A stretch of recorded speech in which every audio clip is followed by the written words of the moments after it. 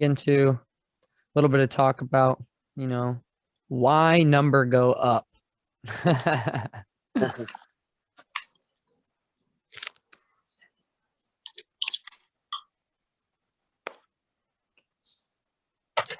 Yeah, probably give it just a couple more minutes to see if anybody pops in, and if not, get on swang of things. Cool.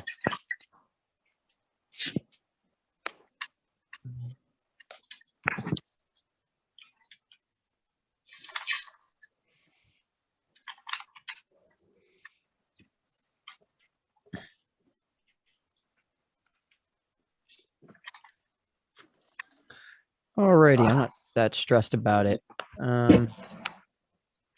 Yeah, if we can wait, we can take care of it. Yeah, so I'm gonna share my screen here. Share screen.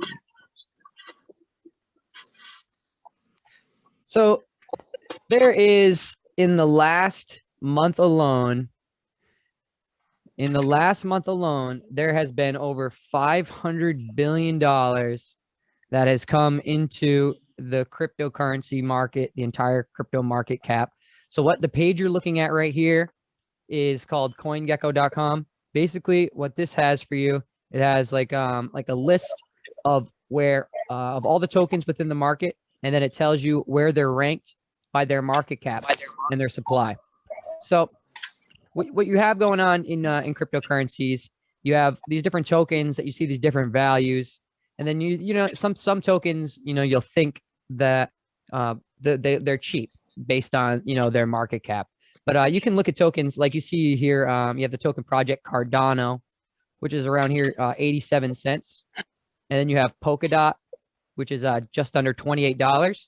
And you look here, and they see their market cap is 27, just 27.7, and then $27 billion. So like within $1 billion of each other, within like a handful of percent.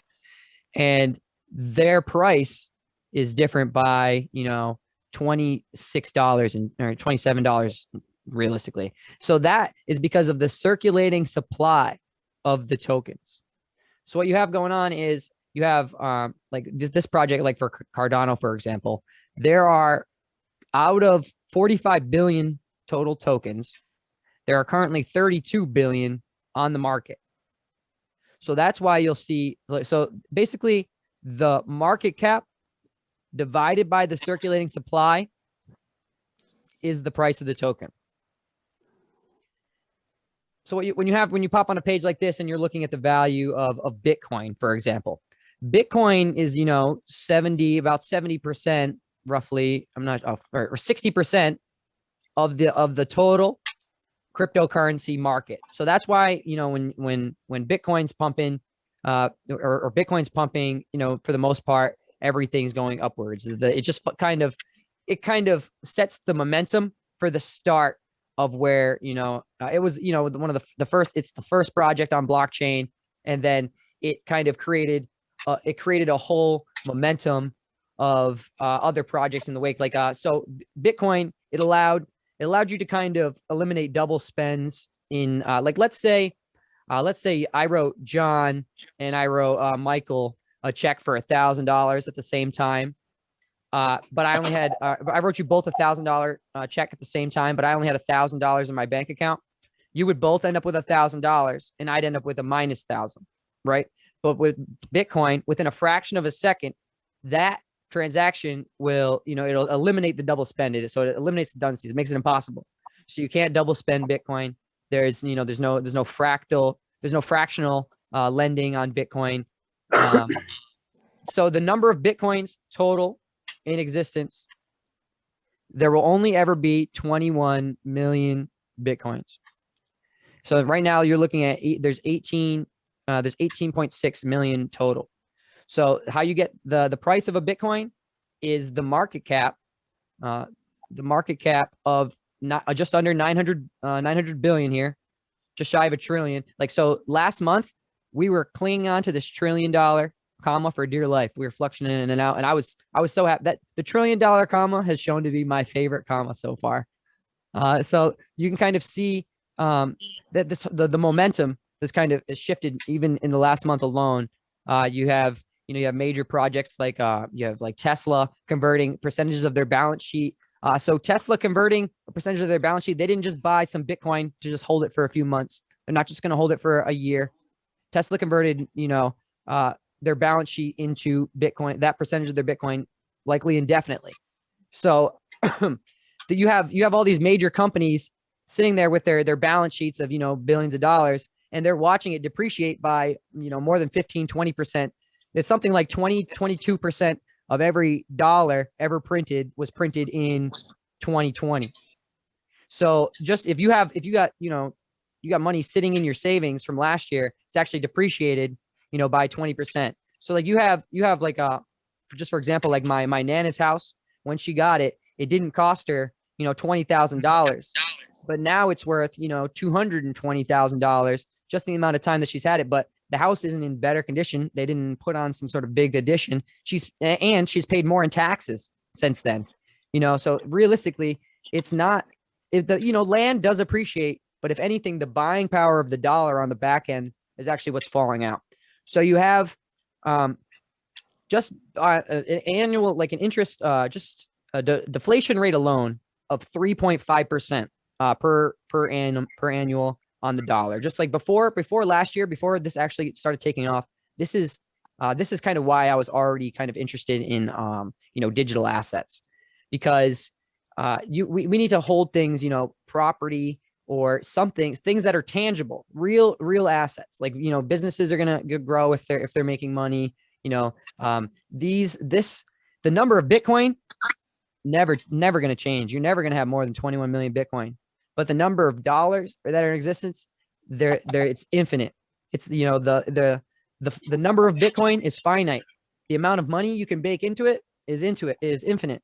But we don't, so us people, we don't ever want to switch into Bitcoin on a daily basis. Like, we don't ever want to trade away from the Bitcoin. We want to hold Bitcoin, as an appreciating asset, because if you're trading something like the dollar, that's a depreciating asset. Your assets are maturing against it. So the more assets you're holding as the dollar keeps, that's why these, the mega billionaires are saying the same thing as the people getting the checks, because, the money is, it's coming, and the people who have money already are actually making more, so when they printed that first, they printed us that first $1,200 check, they actually printed enough for every American citizen to get $30,000. And that's not where it went. I think we would have been I think the economy would have been in a much better situation if every American citizen ended up breaking out that 30K, right? You could have got in April, you could have got 7 Bitcoins or something like that. And now look at it. Look where we are. So in last March, let's see if we can pull it up. No, I don't think it has it. 180 day, the year. So we have, we can look back here in March, right here. Hit down to, around 5K across the board. So just since March, we're looking at just under 10 times on Bitcoin. And so we have, like, for example, MasterCard that just said that they're going to be working into taking all of accepting Bitcoin at their, or was it Visa? John, do you remember?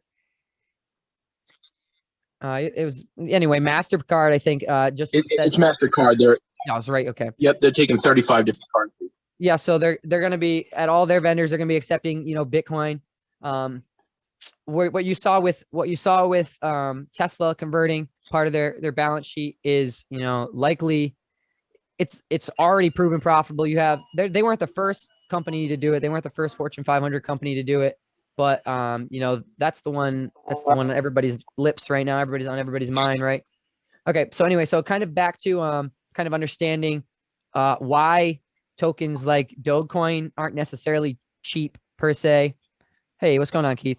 So you have you're sitting in here, you can see like you have the $27 billion market cap, and this sitting around 85 cents, 86 cents.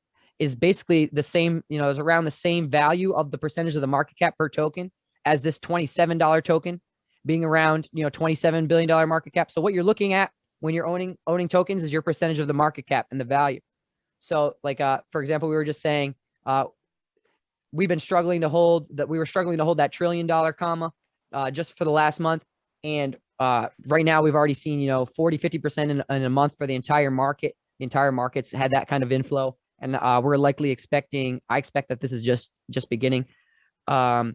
So with that being said about the market cap of like an 86-cent token versus a $27 token being about your percentage of the circulating supply, we would jump down to a token like Doge, for example, where that 5 cents is at a $4 billion market cap. And then we have like that's interesting. Then you have a token like Chainlink sitting around a very similar cap. Is that? Oh, that's the volume. Excuse me.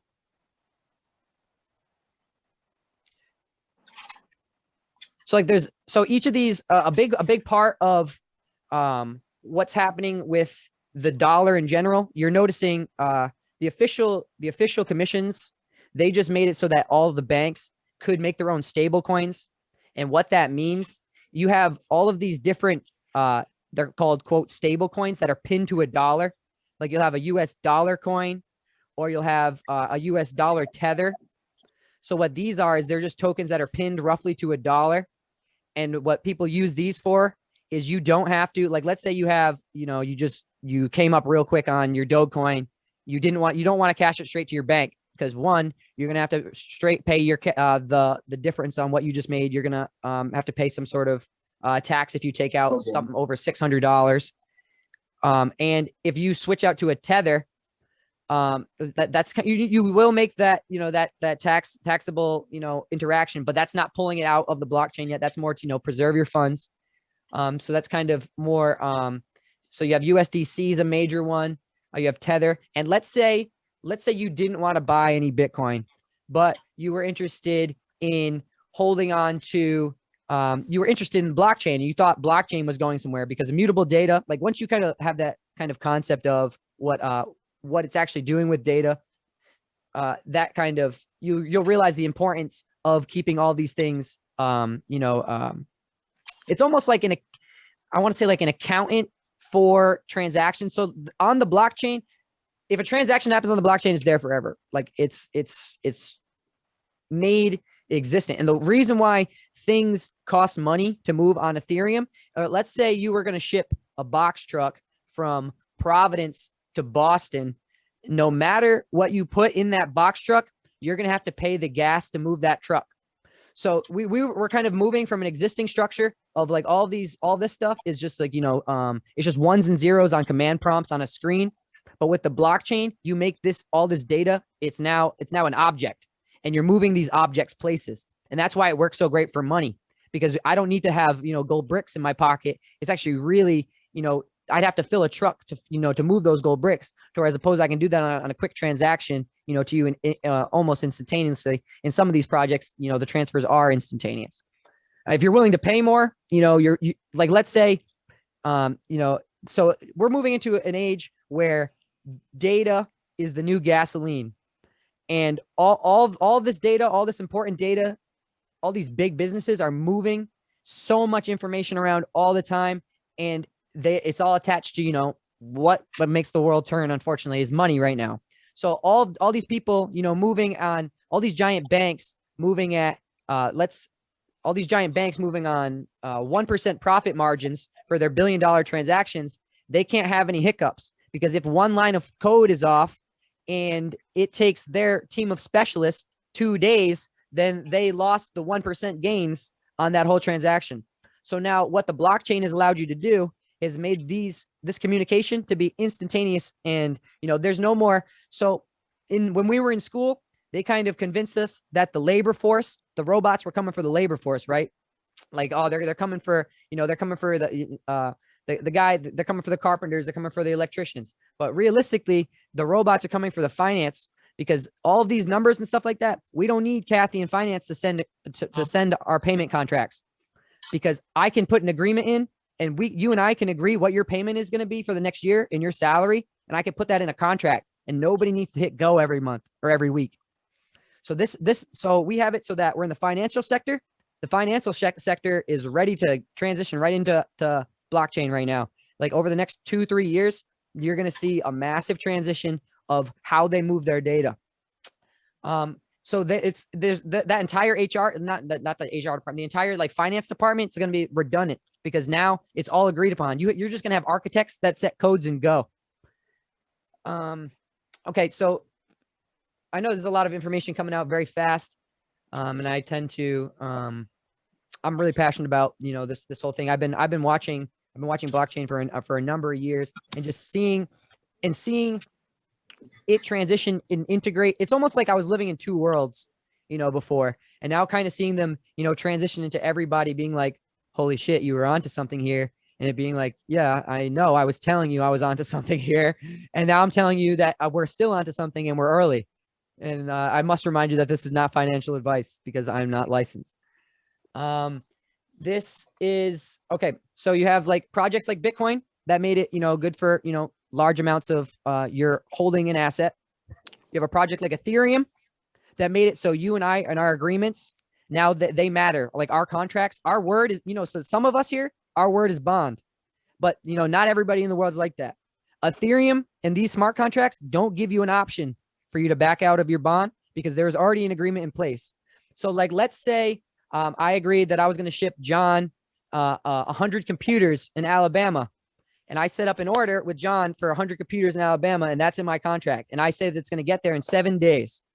And then there's a stipulation in my contract that if that truck doesn't get there in 7 days, on the 8th day, for every day it misses, there's 8%, or there's 8% taken off my contract payment.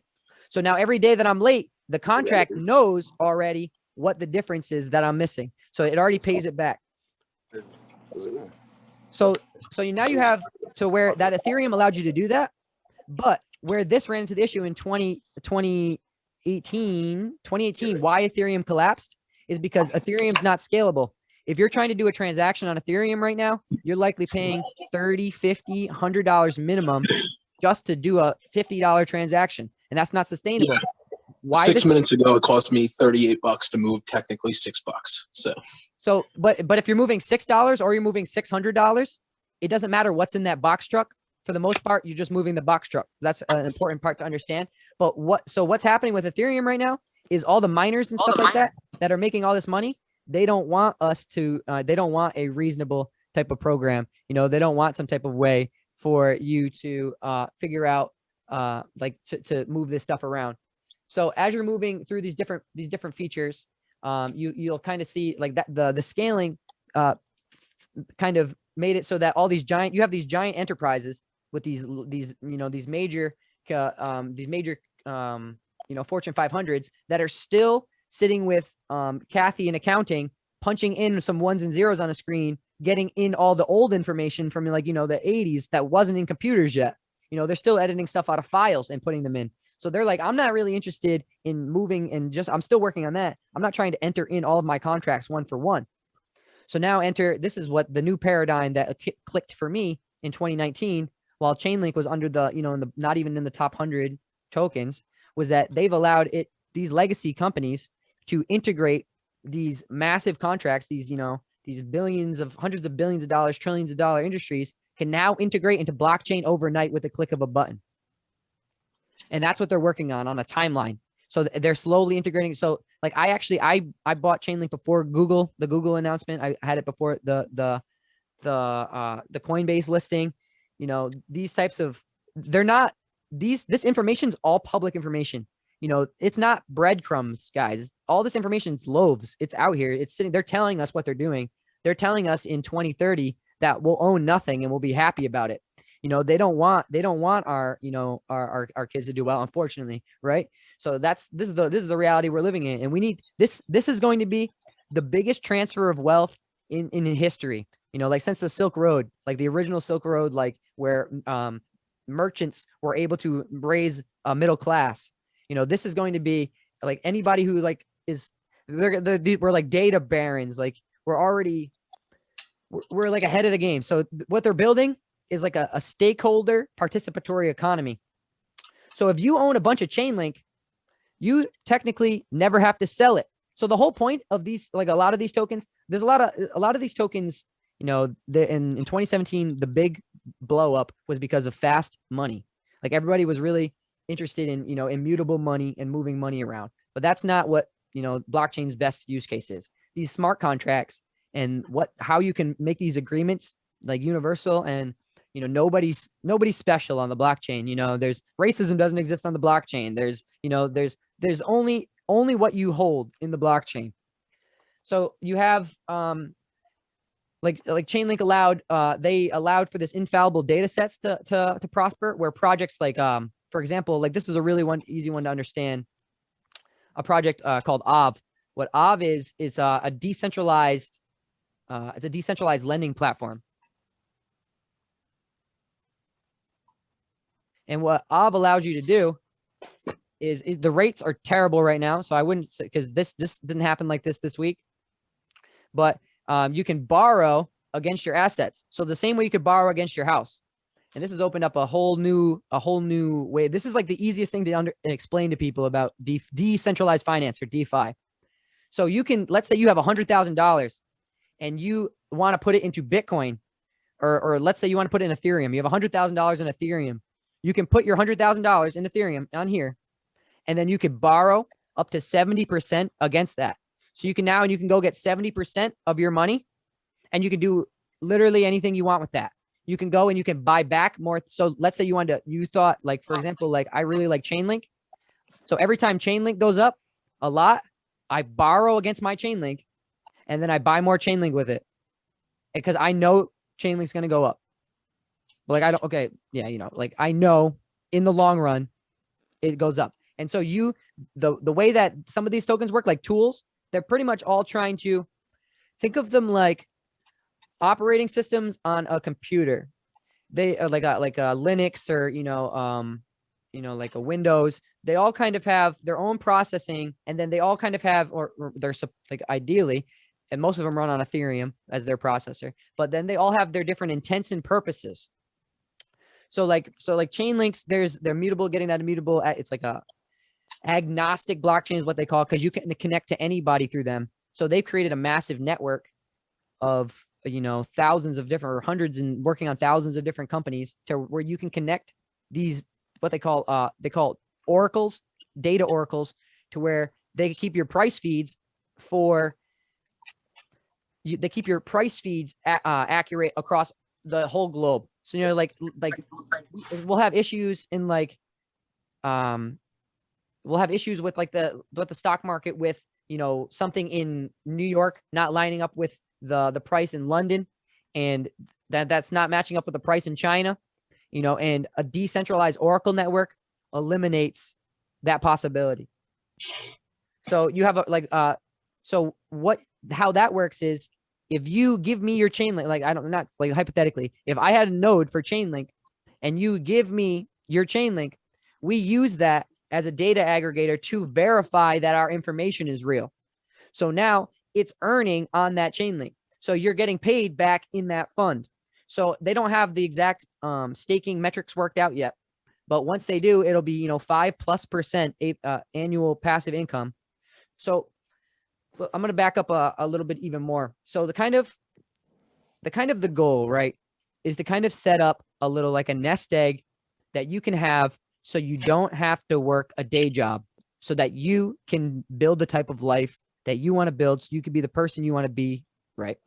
So if you can survive on $50,000 a year, if you have $1 million, you can get 5%, like that's, so 5% of $1 million is $50,000. If you can survive on $50,000 a year, you can get 5% returns on very basic stock returns, right? So if you can get the more you bring those variables in on each other, if you can survive on 50,000, you move it to 7%, now you only need 700,000, right? So the more you can move those variables in on each other, you know, if you're making, 50% a week, if you're making, 15%, 50% a week on things, like, for example, like if you had money this time last year, it's worth 20% less. But if you had Chainlink this time last year, it's worth 700% more. So we need to have all different, you can get ownership. Ownership is the most important thing. Having things that mature and then that are going to pay you passively. So these some of these projects, you know, let's say you didn't want to get into owning, let's say you didn't want to get into owning Bitcoin.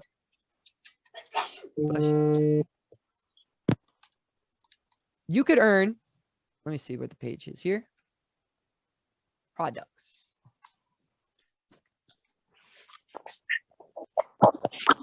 Through products like BlockFi, you can earn 8.6% on, remember what I was talking about before, your stable coins? You can earn 8.6% just on your dollars in stable. So now that's more than you're going to get on a bank anywhere, but you're not keeping up with inflation because inflation was unfortunately, you know, over 20% with what they printed. They printed 20% of the total, you know, a plus of the total GDP, the gross domestic product, all the value of all the assets.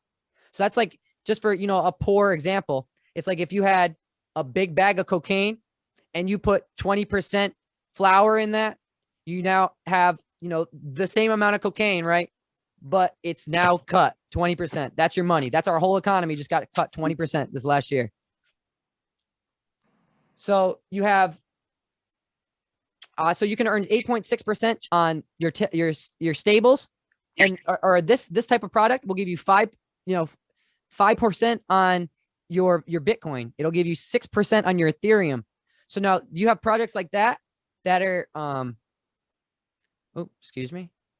Let's pop back over to CoinGecko. So you have products like that that are that it would like if you were in a stock term, you'd call them your blue chip products. So you have projects like Grayscale.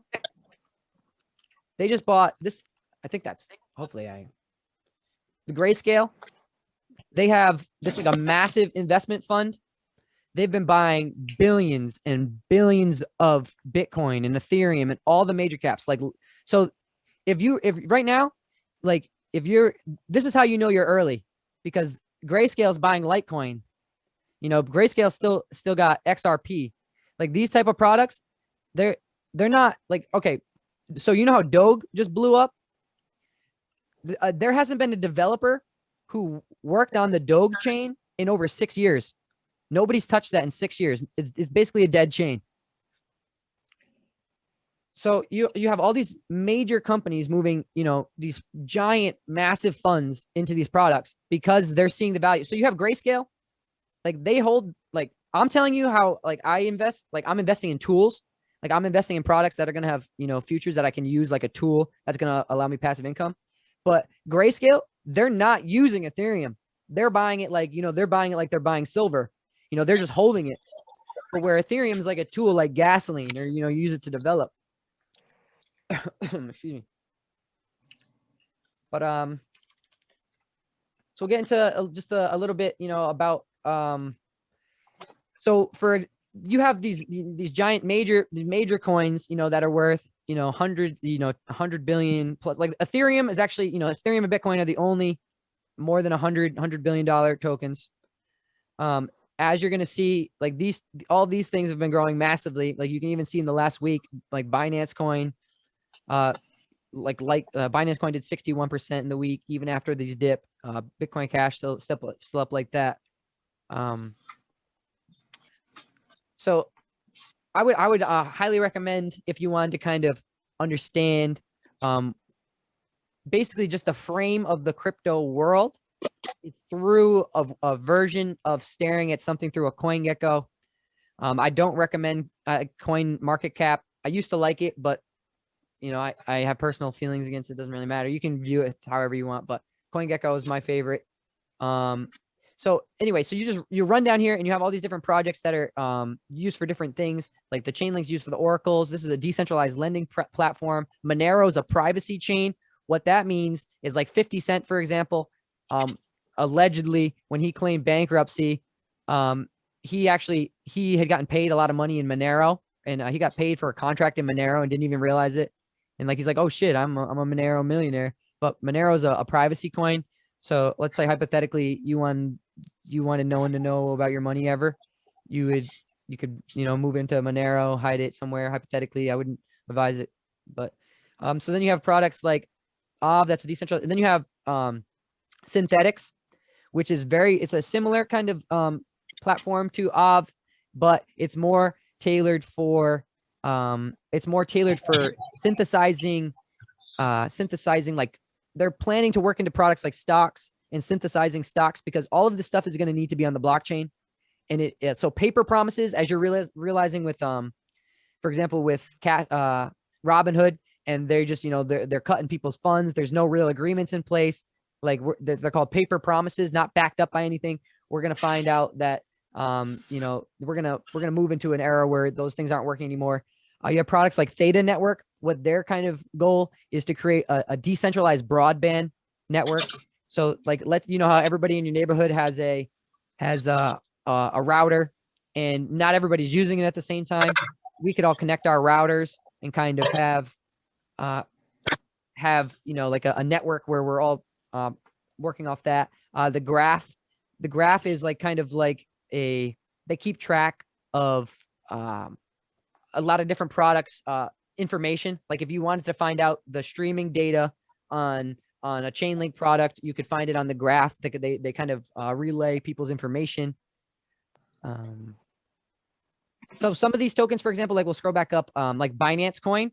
Binance Coin is used by the Binance exchange to reduce your trading fees on the exchange by 50%. So we had this massive, like the other day, it went up like 100%, or like it went up like 80% in a day and like 100% over 3 days or something. It was crazy because we just had a massive,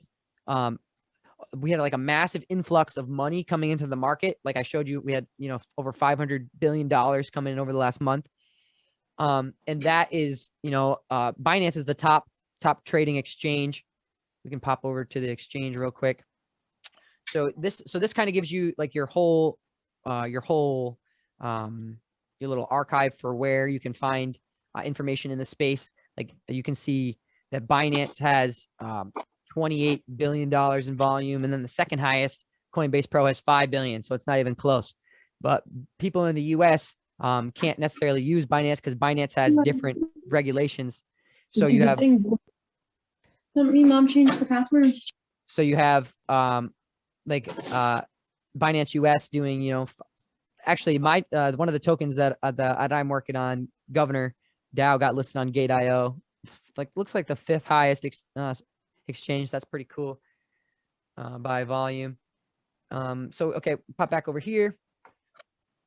So like I was saying, the whole point for me of this world and all these products is to acquire something that's going to pay you, you know, for holding it, and something that's going to provide some sort of passive value, passive, you know, income. So I know, so I have, like, for example, my major purchases are all in Chainlink. Like I've been buying since, you know, 30 cents, under 30 cents. I'm still buying Chainlink. I'm really excited about, you know, cause I think this could go like over $1,000 within the next 5-10 years for sure. I think anybody who's, you know, people right now, you think you're late to Bitcoin. You're not late to Bitcoin. 10 years from now, you're late to Bitcoin. Even 10 years now, you probably won't be late to Bitcoin, because these type of things are going to outlive us. All the benevolent, all the best products on blockchain, they're going to outlive us. Like they're going to outlive a livable earth, because all these, all right. So why I get so excited about Chainlink, for example. So you have, they partnered with Google on a product called Google Cloud. So that means that they're working on putting immutable information on the cloud through Google. And they're also working, Google and Chainlink are working with another company called Oracle. It's, you know, it's one of those, it's the second or third biggest,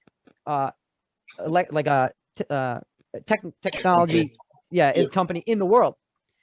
So what they do is they work on mainframes for enterprises and all this, you know, like Coca-Cola, etc., like these giant, just, you know, these mega corporations. All of their data needs to be somewhere. And Oracle, working with Chainlink to make these immutable, massive enterprises. And they're working with Google Cloud to put immutable, massive enterprises on the cloud. Sergey himself, He said, if you need oracles at the bottom of the ocean, I'll go to the bottom of the ocean. If you need oracles on the moon, I'm going to the moon. So these oracles are going to space. They're going to outlive like Enterprise. Enterprise is finding a way off this planet, even if they're not, like, while they're killing it, Enterprise is finding a way off the planet. You know what I mean? So they got all their ends covered. So just if anybody had, like, I'm gonna kind of slowly kind of wind down what I'm saying. Just kind of the whole point is to kind of just hold things, because you can trade, and trading's cool, all good and well. And I'd be happy to, this is more just like a basics thing. There's some other types of things like, trading bots that are, can be pretty profitable. I didn't want to pitch. This isn't necessarily a bot call. If anybody wants to, kind of talk about that, I'd be more than happy to. But they kind of work like, basically they set up, numbers on a grid, and then they trade the predetermined points of like where you tell it to. And you just lock in the profits. And then if you're, especially like for me, like I do it in like a Chainlink pair, so either I have, I make all the money, or I have all the Chainlink, and both are win-wins for me, because I know on the long that Chainlink go up. So anyway, so that's just kind of, a basic overview, a kind of why number go up. And also, because it doesn't matter what, I don't care about what, what isn't really important. It's why that makes what important, right? And how. And then once you already have, if you have your, like, so, all these different things or whatever, we can make I could make $1 million, but if I don't have my why, like my whole purpose is, kind of set up something that my family can, stop working and then work on themselves, right? Because the schooling system in place kind of gave us a bad idea on work. The system in place kind of made us think that work was for someone else. But when all reality, we should be working on ourselves every day, but they kind of poisoned us against the idea of work. And if we don't value the work, then we don't work on ourselves. And then we get into this mindset of, all right, I worked all day. When I get home, I'm going to not work. Right. So then on the weekend, you're set into not work mode. And then you're not doing anything for yourself. I just got to veg, I'm too burnt, because that's the system. That's what the system wants. There's actually, evidence that proves that we're working more than medieval peasants. We're working more than Egyptian slaves. They got more time off a year than us, but we're under this guise of we're getting paid and we have choice. So it's a real fun game they got us in. Okay. So, I just want the whole reason for this purpose. I don't care if you buy anything. I would prefer, kind of figure out for yourself your long-term plan. But the whole point is to kind of, have a goal and a direction, and kind of like a why. You could talk me into jumping off a plane without a parachute. That's so funny. Paige asked, what is stopping the government from stopping all this and then blaming illegal activity? So the government, so actually, I think we're going to find over in a few years, I think it wouldn't surprise me if the government decided that they were going to buy Bitcoin for the treasury. Like if you decided you were going to print, if they were going to print 1.9 billion for the treasury for Bitcoin, I would actually be more bullish on the dollar. I can also answer that question more go ahead. fully. So, first of all, John, that's who Cody was talking about. Thanks for telling everyone I'm in Alabama. Much appreciated. Just blowing up my spot. Either way. So, yeah. As far as where, that's a very common question that we all get is, okay, well, this is obviously a moneymaker. This is something, you just heard that Monero. I mean, I can send Cody my entire portfolio right now, $250,000. No one will ever know. It's untraceable in theory. That's obviously not a good thing for drug trafficking and human trafficking and a lot of other things. So, governments get pissed about this stuff when you don't declare taxes, for instance. The problem is that or the good thing for us, bad thing for governments, as it stands, pick a project. So, let's go with Bitcoin. That's the number one big one. That would be the first target for me if I was Uncle Sam. Currently speaking, you would have to literally shut down the internet. It's the only possibility of ever circumventing it. And then you still have to shut it down because, I don't want to get too technical here, but I have like cold wallet. There's paper wallets, and we can transact that way. So the only way you can shut down the actual networks is by shutting down the internet. You can't build a firewall or something else like China did, because look at what their people do. They still get around it. So there's really no real way. They could criminalize it, but then again, it comes to the point where about 2 years ago, the IRS actually put a bid out for $20 billion in order to get more info on cryptocurrency, because they wanted to know how to tax it. They still have not completed that project, and they probably will never get the manpower to do it, because the industry insiders in this, I would never sell my intelligence. So, right now you get to this point where governments want access, but they really can't get in. They're way behind. And at the same time, the way that this is vastly growing and emerging on a daily basis and weekly, monthly basis, there's just no way. So as it stands, I mean, you could have a lot pretty of these much projects that are actually, they're registered with the SEC. All these companies. So like almost all the major companies, pretty much all of them, have some sort of legislation that in place that is, their representation with a governing body. So everyone along the way is getting, like everybody's getting paid for the most part. Absolutely. And I mean, at this point, it just doesn't make sense. I mean, I think, the point where the government's thought about, trying to take this down, government like Nigeria right now, and a couple others actually. They just made it illegal, right? Yeah, they made it completely illegal. That's the only approach that they have. And, as far as the United States and other, first world countries, they would have had to implement that, a couple years ago. At this point, if anything, the feds are going to want to get involved, not try to stop it. Because, at this point, if the Treasury put their money into Bitcoin, you would literally see a booming economy like never before. So that's where I'd be putting my money if I was Uncle Sam. I would not be worried about trying to, criminalize or remove this from the public. There's too many projects. There's too many, avenues to try to stamp out and to try to, take control of. It's just not fundamental. People say that like, oh, Bitcoin is used for the most, like they'll try to create the narrative that Bitcoin's all used for illegal stuff, but there's not even $1 trillion in Bitcoin, and there's probably, $1 trillion in drug trafficking in a handful of years, right? I don't know, I'm not an expert, but I'm imagining it's a high number, Yeah, absolutely. Yeah. So Keith says when Skynet is live.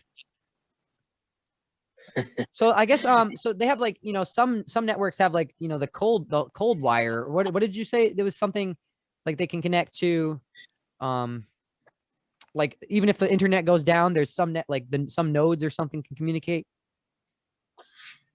You know anything about that? Say that again. So it's like if there's like a cold wire or like a wire, like so even if the internet went down, there's like some way for decentralized. Yeah, So there's a lot of different ways to do this. So I mean, just to give like a really brief history, a couple of years ago, when Bitcoin first got started back in 2008, 2009, when I first got into this space, right out of high school, I actually took a trip to New York, and I had also been overseas, and there was physical trading houses where you could just go in and transact paper wallets. It was completely off the chain. I mean, what's stopping me from going to Cody and buying $20 million, handing him 20 million US cash right now, in a friggin' briefcase to make it look cool, and him handing me the Bitcoin, So there's just no way to stop that. Paper wallet transactions, cold wallet transactions. I mean, there's just so many different things that keep it off the net, yet at the same time, still keep the integrity there. So there's just too much to try to, conquer. And once again, that's just talking about one project. That's just sticking to Bitcoin. You try to get involved with toppling other projects, and there's so many factors in place, and you have different governments involved, secure everything. Yes, and you would also have to, you'd actually have to, yes. And you'd have to topple every device as well. Because, I mean, one of my multiple cell phones right now is running an entire blockchain for one project on it. So, I mean, as long as that blockchain exists somewhere, it's still fully active. So, I mean, now you're talking about taking everyone's phones in the entire world. You know, we're getting a little bit out there. So when it comes to security from nation states and governments, you're pretty much top notch. You know, and then you can look, it's like there's 6,280 coins and 428 exchanges, and there's there's just under $1.5 trillion, and they're doing $208 billion in volume. You know, it's like, so I often say the DeFi Pandora does not go back in the use case box, because these, like, all the things that are important are use case heavy, things that are tools that do something, you know? So you, like, literally, I gave each one of my sisters one OV last month. You know, like one was at like 120 and the other was at like 150. And now I was like, this is going to be able to buy you a house one day, you know, because you're going to be able to stake this in the decentralized lending platform, and you're never going to have to sell it, because you can go and you can put your asset in there, and you can go and you can take it back out and you can borrow against it. So it's like, I think paying bills has like an opportunity cost on it. So I'll buy like a coin, and then I'll borrow the money and then pay the bill with it, because I think it's, you know, it's crazy. You know, like every time I think about something, like I don't fill my gas tank all the way, because I think about the opportunity cost that $20 is going to cost, and how much Ethereum how much I could have gained in Ethereum or Chainlink, you know, in 2 days, you know, even though it might go down. You know, I just think there's an opportunity cost in filling your gas tank, you know? So it's like, this whole thing is just evolving, and eventually this is going to be, you know, 5%. You're going to be able to get this for for almost nothing, and it's going to cost you almost nothing to do it. But that's why it might cost a lot now, but we're on the forefront of something. Like, this is they're called the fourth industrial revolution. You know, like the internet was the third one, you know, now we're moving on to the fourth. So it's going to be big. It's going to be big. Any other questions? Any other things? Well, how about questions, period? Saying that we haven't really opened that up at all. Yeah. Any questions?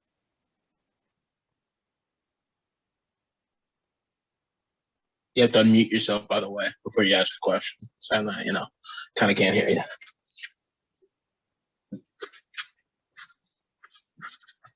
Type it in chat or throw it out there. Either way. I had a quick question. I know that there was mention on the Facebook page, but I wasn't really following completely. What are the requirements for working with tax purposes, for, you know, with it being tax season, with what profits you've made on your coin? I can also hit on this. Yes, please. All right. So I just did my taxes via TurboTax. I've done my taxes since I was very young. To date, I've taken over $200,000 in crypto gains and in US dollars. So, you know, bought a house with it, among other things. To date, I've paid approximately $4,800 roughly in taxes. For last year, I paid $11 for about $14K worth of US dollar contributions. So why that is, I don't want to explain all that, because it will just confuse the heck out of you. But theoretically, yes, you do need to report earnings over 600, just like any other market out there, whether it was stocks, bonds, mutual funds, ETFs, or crypto. The kind of gray area is up to the person on what they want to report or not. And, you know, to segue what we were talking about, you know, the U.S. government, literally, the IRS does not know how to handle this to this day. They are hoping to God that you tell them about the crypto. They're praying that you pay your taxes. Yeah, because if you don't at this point, where's the evidence? You know, I want to know how they're going to break. Exactly. You know, I mean, at any given time, I can quote unquote lose a thumb drive. There goes $2 million. I can literally say I lost it today and get the tax. Yes, I can get the tax revenue to completely disappear. Myself, I do it legitimately with offset though, because I'm a business owner. So, you know, you do definitely, by the law, have to pay taxes in the United States. But the way that they're compounded is much differently than you would probably think. I know that for myself this year, like I said, with Coinbase, I get a 1099 directly from them. I use Coinbase to take funds out as well as bring funds in from US dollars to crypto and vice versa, to quote unquote take profits in US dollars. Keep in mind that, in the long term, you need to stop thinking in terms of US dollars because, Please. it's kind of pointless. If you're involved in crypto, the long-term goal, stop thinking about US dollars, think in terms of Ether or Bitcoin or Link or whatever. Think in terms of that because that's the future. Pieces of paper don't do shit. Yeah, that would be my favorite too. Anyways, so there when it are comes time to pay taxes, though, you are going to get a 1099 from certain exchanges. Other things you will not, and you'd be responsible for those. There is services. I use Bitcoin.tax to do mine, but the way that it's compounded and the way that it's calculated is much different than you'd think. At the time this year that I got involved with some of my investments versus the time later in the year, basically it sees that although I cashed out a lot of Bitcoin at 20K, it's now 50K. It sees that as a loss, weirdly enough, to me. cool. Therefore, that's why I paid $11 on 14K. And I mean, I'm more than willing to send anyone that tax document if you don't believe me. So, yes, I hope that answers your question. I just want to make sure that, you were asking kind of what the tax situation is there. Hope I kind of covered that. So the reason, for example, like why Binance had to make a Binance US was because they don't follow the same regulations for their tokens, and they don't necessarily they don't report your taxes. So like, for example, like I have a legacy, I have a legacy bot on Binance that you can't make. It's hard to make unless you go through a special VPN things or whatever. But that the government can't know what's going on in Asia because this is the US and they don't report that information.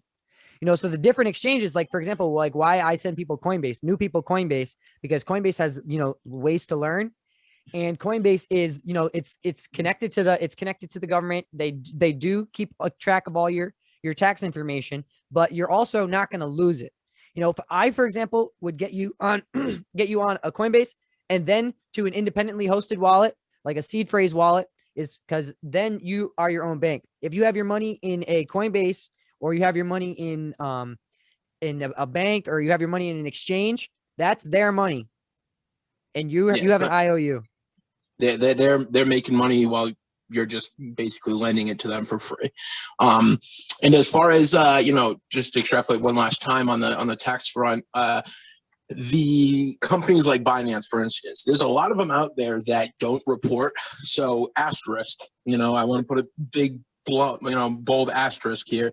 We can't possibly encourage you what you want to do as far as when it comes to taxes and legality of certain I can't things. speak on that. This is not financial advice. Yeah, this isn't financial advice. This isn't legal advice. This is just me showing you what's out in the world. Yes, go find a professional for that and heed what they tell you. But from our experience, whether you do this 1000% legitimately or not at all, I don't think that's really a concern of anyone in the cryptocurrency game at this point. I've never heard anyone say, "Oh, I've only made $200,000 this year in crypto, but I have to pay, $6K in taxes, or I should pay $6K." No one cares. Yep. So, that is the beginning of a wonderful tutorial in a world of digital assets and decentralized finances. So, okay, so the world of crypto, crypto is just means encrypted currency. It just means smart money. It's on contracts. It's on blockchain. It gets a real bad rap for that term. So, for example, built on cryptographics. So it's digital. These are digital assets, and then the whole major breakthrough for digital assets is how decentralized finances work, and how products Chainlink of these synthetics, these things are going to be, so if somebody was to tell you crypto's a bubble, yes, XRP is a bubble. Yes, Bitcoin Cash, likely a bubble. Litecoin, bubble. But products like Chainlink, Ethereum, hopefully Ethereum, products like Chainlink are going to outlast my lifetime. And I'm willing to bet my life on that. Yeah, for sure. Okay, folks. As well as the fact that, there's a generation on multiple fronts. That's what makes them timeless. They will outlast us. They've got plans in place, that are planning to outlast us, so I follow the bread loaves. Absolutely. Okay, folks. Well, that is about wraps it up here. I appreciate everyone for popping in. It has been a wonderful, wonderful time.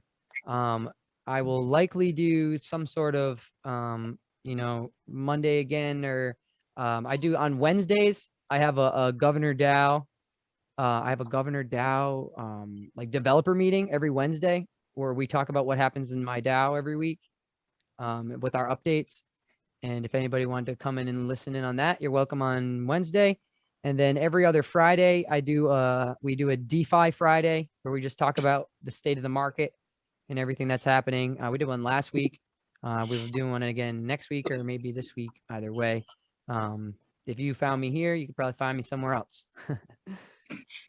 Okay. Yeah. Also, too, on my end, I know that a couple of you guys here because of me. On Saturdays, I've been doing some conference calls as well, just with varying topics. So you're more than welcome to hop into those. I'll cross-post them in Cody's group if you're part of those on Facebook. If you ever have any personal questions, stuff that we didn't cover here, so on, I know for myself, you're more than happy to ask away on my behalf, pick my brain, whatever. If anyone wants contact info, feel free to reach out. Awesome. Appreciate that, John. All right, guys. Absolutely. Thank you so much. And it has been a wonderful time. And that'll be all. Okay. Thank you, guys. Thank you.